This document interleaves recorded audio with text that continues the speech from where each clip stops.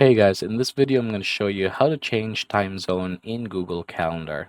Now this is a quick tutorial. What you are going to do is see that I have here GMT 08 or GMT plus 8 as my main right now.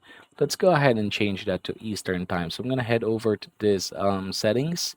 There you go. And here in the settings, I'm going to head over to time zone. And in the time zone, let's go ahead and choose Eastern. All right. So there you go. I've chosen New York. I'm going to go ahead and click this one. Now you have the option to display a second time zone, by the way. So it's totally up to you. I'm going to go ahead and close this one.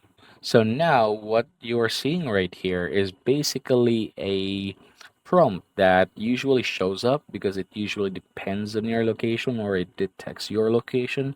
Just go ahead and click never ask again. And there you go. So now we are in GMT -5. Again, everybody, that's how you are going to change time zone in Google Calendar.